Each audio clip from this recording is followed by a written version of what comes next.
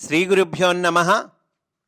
ఇష్టాగోష్ఠి సనాతన ధర్మమునకు సంబంధించిన కొన్ని ప్రశ్నలకు మాస్టర్ ఈకే గారు మనకు సులభముగా అర్థమయ్యే రీతిలో శాస్త్రీయమైన సమాధానాలను ప్రసాదించారు. మాస్టారు అందించిన ఆ సమాధానాలను మనకు చక్కగా తెలియచేయునటువంటి పరమపావనమైన గ్రంథము ఈ ఇష్టాగోష్ఠి అనేటువంటి గ్రంథము. అటువంటి గ్రంథమును మనము అధ్యయనం చేస్తూ ఉన్నాము. అందులో భాగంగా విగ్రహారాధన అనేటువంటి అంశంలోనికి మనము ప్రవేశిస్తూ ఉన్నాము. ఒకరు మాస్టారుని అడిగారు, మన దేశంలో విగ్రహారాధన ఉన్నది, అది అనాగరిక మత లక్షణం అని కొందరు ఆక్షేపణ చేస్తున్నారు. అదీగాక నిర్జీవాలైన విగ్రహాలకి, రాళ్లకి, రప్పలకి, చెట్లకి మన వాళ్ళు మ్రొక్కుతూ ఉంటారు. అది అజ్ఞానం అని నాకు అనిపిస్తుంది. మీ ఉద్దేశం ఏమిటి? అందుకు మాస్టారు సమాధానం చెబుతూ ఉన్నారు. ఒక విషయం మనస్సుకి అనిపించటానికి ఏమీ అర్హత అక్కరలేదు. ఇలా చేయటం అజ్ఞానం అని నాకు అనిపిస్తుంది అని అన్నాడు కదండి అతను. అనిపించటానికి ఏమి అర్హత అక్కర్లేదయ్యా. ఎవరికైనా ఏదైనా అనిపించవచ్చు. కానీ ఉన్నదాన్ని పరిశీలించి తెలుసుకొనటానికి కొంత ఓర్పు, ఓపిక, శ్రద్ధ, విషయ పరిజ్ఞానం, బుద్ధి కుశలత ఉండాలి. ఉన్నదాన్ని దాచుకోకుండా పెట్టుబడి పెట్టి నిర్ణయించాలి. దానినే అర్హత అంటారు. అంటే మనకి తెలిసింది ఉన్నది, దీన్ని దాచుకోకుండా మనకి తెలిసిందేదో దాన్ని పెట్టుబడి పెట్టి మనం నిర్ణయించాలి అంటున్నారండి. ప్రపంచంలో అనేక మతాల వాళ్ళు ఉన్నారు. ప్రతి మతానికి ఒక చిహ్నం ఉన్నది. అది ఆ మతం వాళ్ళు ఆరాధించే విగ్రహం. మతానికి ఒక చిహ్నం ఉంది కదండి. ఏంటి ఆ చిహ్నం? ఆ మతం వాళ్ళు ఆరాధించే విగ్రహం అంటున్నారు. ఉదాహరణకి మహమ్మదీయులకు ఒక అక్షరం ఉన్నది. దానిని రంగులలో అచ్చువేయించి ఫ్రేము కట్టి పూజించుకుంటారు. క్రైస్తవులు క్రీస్తు విగ్రహాన్ని వారి దేవాలయాల్లో స్థాపించుకొని పూజిస్తారు. ఇంకా కొందరు క్రీస్తు విగ్రహాన్ని, మేరీ విగ్రహాన్ని, సెయింట్ థెరిస్సా మొదలైన వారి విగ్రహాల్ని పూజ్యభావంతో చూస్తారు, అంటే పూజిస్తారు. ఈ మొత్తం మత చిహ్నాలన్నీ అర్థం లేనివి అనే నవీనులు కూడా ఎవరి విగ్రహాన్ని వారు పూజించుకుంటారు. మన ప్రభుత్వానికి విగ్రహం అశోక చక్రం. యుద్ధంలో బలపరాక్రమాలు చూపించిన వారికి నక్షత్రాలు, తురాయిలు, మహావీర చక్రం మొదలైనవి బహూకరించి గౌరవిస్తున్నారు. ఈ చక్రంలో ఏమున్నది అనవచ్చునా? అంటే ఇవి సింబల్గా బహుకరించి గౌరవిస్తూ ఉన్నారు కదండి. ఏమయ్యా, ఈ చక్రము సింబల్గా నువ్వు బహుకరిస్తున్నావు, ఈ చక్రంలో ఏముంది అని అనవచ్చునా అంటున్నారు మాస్టారు. అందులో గౌరవించటం అనే పవిత్ర భావం ఉన్నది. దానికి ఆధారమైన రూపకల్పనమే విగ్రహం. ముఖ్య నగరాల్లో, ముఖ్యమైన ప్రదేశాల్లో దేశ నాయకుల విగ్రహాలున్నాయి. ప్రభుత్వ భవనాల్లో పరిపాలకులైన పెద్దల ఫోటోలు ఉన్నాయి. వాటికి దండలు వేస్తారు. దానిలో అర్థం లేదు అనవచ్చునా?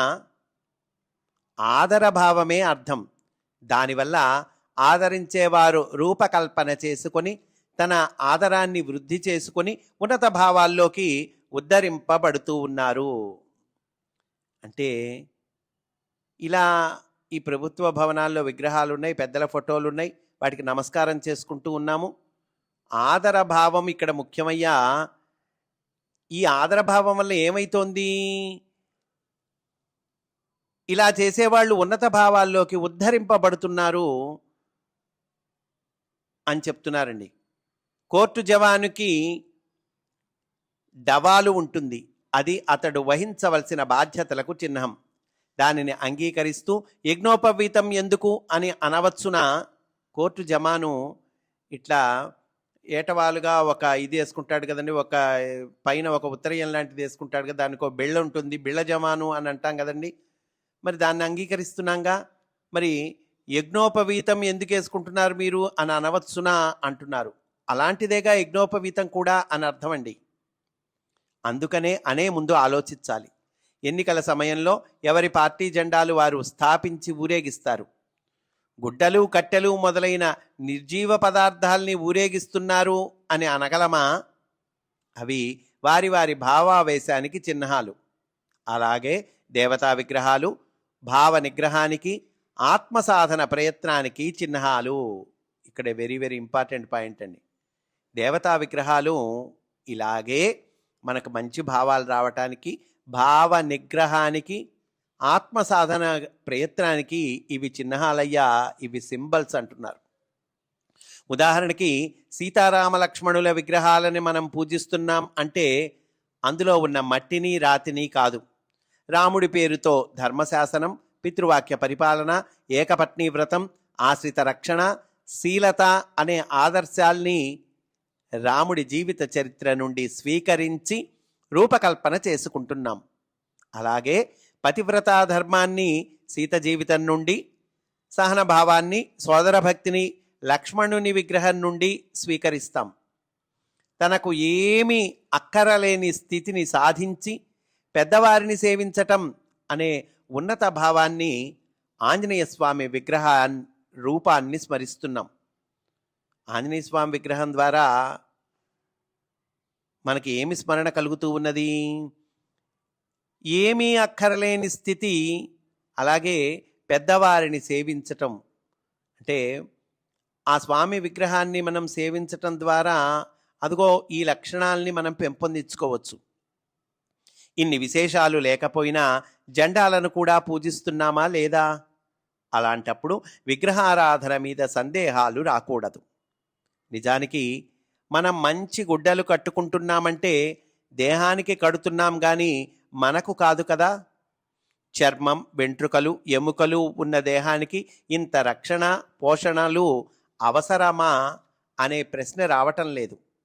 ఒకరితో ఒకరు మాట్లాడేటప్పుడు, ఒకరిని ఒకరు గుర్తించేటప్పుడు, గౌరవించేటప్పుడు అవన్నీ దేహపరంగా జరుగుతున్నాయి కానీ ఆత్మపరంగా కాదు. దేహపరంగా ఇవన్నీ జరుగుతున్నాయండి. దేహాలు మనకి విగ్రహాలు కనుక అలా జరుగుతున్నాయి. ఇక విగ్రహానికి మ్రొక్కితే ఏమి లాభం అని సందేహపడవచ్చు. ప్రభుత్వోద్యోగి ప్రభుత్వం మీద, పరిపాలకుల మీద భక్తి కలిగి ఉండాలి. ప్రభుత్వం అనేది కంటికి కనిపించని మహాశక్తి. ఈ ప్రభుత్వం, గవర్నమెంట్ మనకు కనిపిస్తోందండి, కనిపించట్లా, కానీ ఇది ఒక మహాశక్తి. దానికి విగ్రహాలే పరిపాలకులు. ఈ మహాశక్తికి విగ్రహం ఏమిటి? ఆ ప్రభుత్వాన్ని నడిపే పరిపాలకులు ఉన్నారు కదా, వాళ్లే విగ్రహాలు. వాళ్ళు ఎక్కడో ముఖ్య పట్టణాల్లో ఉంటారు, అంతే కదండి. పెద్ద పెద్ద లీడర్లు, నాయకులు, అధికారులు ఎక్కడ ఉంటారు? ముఖ్య పట్టణాల్లో ఉంటారు. మిగిలిన చోట్లలో ప్రభుత్వోద్యోగులు వారికి విధేయులై పనిచేయాలి కదా. దానికి ఒక ఆఫీసు ఉంటుంది, సంతకం, సీలు, స్టాంపు ఉంటాయి. వాటిని పరిపాలకుల ప్రతిరూపాలుగా ఆదరించవద్దా? అంటే ఇప్పుడు పెద్ద అధికారి, ఆయన దగ్గర నుంచి ఒక ఉత్తర్వు వచ్చిందనుకోండి, దాని మీద ఆయన సంతకం ఉంది, స్టాంప్ ఉంది, అవన్నీ ఉన్నాయి. ఇప్పుడు ఏం చేస్తాం మనము? దాన్ని ఆదరిస్తాం. ప్రభుత్వపు సీలు వేస్తే అందులో ఏమున్నది? మసి అనరాదు. అది మసి అయినా ప్రభుత్వ ప్రతిరూపంగా గౌరవించాలి. ఇది కూడా విగ్రహారాధనే. భూమి అమ్మినా కొన్నా రిజిస్ట్రేషన్ చేయిస్తారు. ఆ రిజిస్ట్రారులో ఏముంది? మనిషే కదా అని అనరాదు. అక్కడ వేలుముద్ర తీసుకుంటారు. అందులో ఏముంది అంటున్నామా? మరో సంగతి, దేవుడు కానీ మతం కానీ ఉండరాదు అని నిర్ణయించుకున్న కమ్యూనిస్టు వారికి కూడా ఒక చక్కటి చిహ్నం ఉన్నది. అది ఎందుకు అనరాదు? ఎన్నికల రోజుల్లో సుత్తి కొడవలి చిహ్నానికి షోడశోపచార పూజ చేసి హారతి ఇచ్చేవారు ఉన్నారు. ఇంతకీ విగ్రహ కల్పనం మానవ స్వభావంలో ఒక భాగంగా ఉన్నది. మానవుడు తరించటానికి, దానిని సద్వినియోగం చేసుకునే వారిని ఆక్షేపణ చేయటానికి హక్కు ఎలాగూ లేదు. సబబు సందర్భం కూడా లేదు. అనాలోచితంగా ఏదైనా చేయవచ్చు, దేనినైనా ఆక్షేపించవచ్చు. బాధ్యత తెలిసిన వాడికి మాత్రం ఆక్షేపించటానికి అవకాశం లేదు అంటూ చక్కగా మనకు తెలియచేశారు. స్వస్తి. వాసుదేవా.